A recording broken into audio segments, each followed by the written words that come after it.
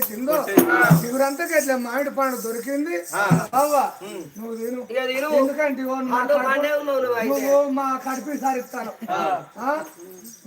నీ కడుపు ఎవరి సారి నీ సారి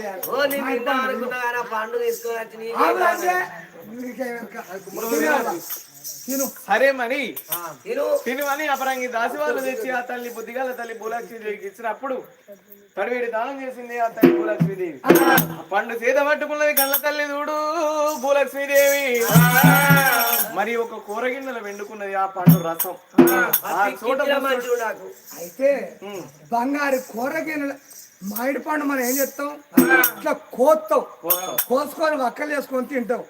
అవి కొత్తలేదు, రసం మెండుతాంది. అయ్యో కూర్చో ఒక్క మాట. ఇప్పుడు ఎవరన్నా ఊళ్ళో అప్పాలు చేసుకుంటే మనం పోతే చూసుకుంటా ఉంటారు వాళ్ళు. అది వచ్చింది బిడ్డ, ఇది అప్పాలు ఇస్తారు. ఆయన మామిడి పండును రసం పిండుతాను కదా, రసం పిండినాక పిక్కలు ఎత్తింది కానీ ఆ పిక్క అవతల వారేసినప్పుడు నేను పిక్కని జీక్తా. నేను పిక్కనే అయితే నువ్వు పిక్క జీక్తావా? అయితే నేను తోడుక నవ్వులుతా. నువ్వు నవ్వులుతా, నేను పిక్కని జీక్తానే. సరే పర్వాలేదు. మరి అప్పుడు కూరగిన్నెలు విండుకున్న ఆ తల్లి చూడు భూలక్ష్మీదేవినమ్మా. బంగారు కూరగిన్నె చేత పట్టిలే అమ్మా. మాడి పండునైతేనమ్మా, మాడి పండునైతేనమ్మా. మాడి పండు రసాన్ని కూరగిన్నెలు విండుకున్నది ఆ తల్లి భూలక్ష్మీదేవి చూడు. ఆ తొడక తీసింది, ఆ చోట వారేసినప్పుడు చూడు కుక్క అందుకున్నదమ్మా. ఆ పిక్కలు తీసి ఆ చోట వారేసినప్పుడు గుర్రం అందుకున్నదమ్మా.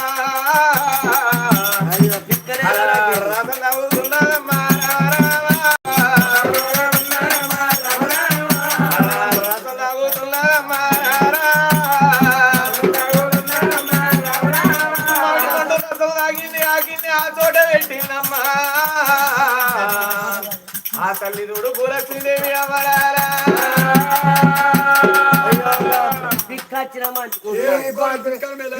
పిక్కేమో గుర్రం మింగే, తోడికేమో కుక్క మింగే.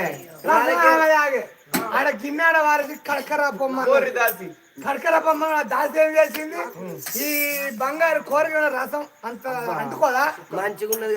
ఆ గిన్నె నాకుతాను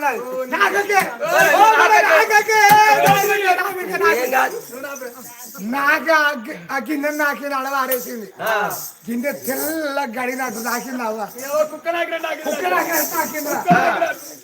ఆ మామిడి పండు రసం తాగినందుకు భగవంతుడు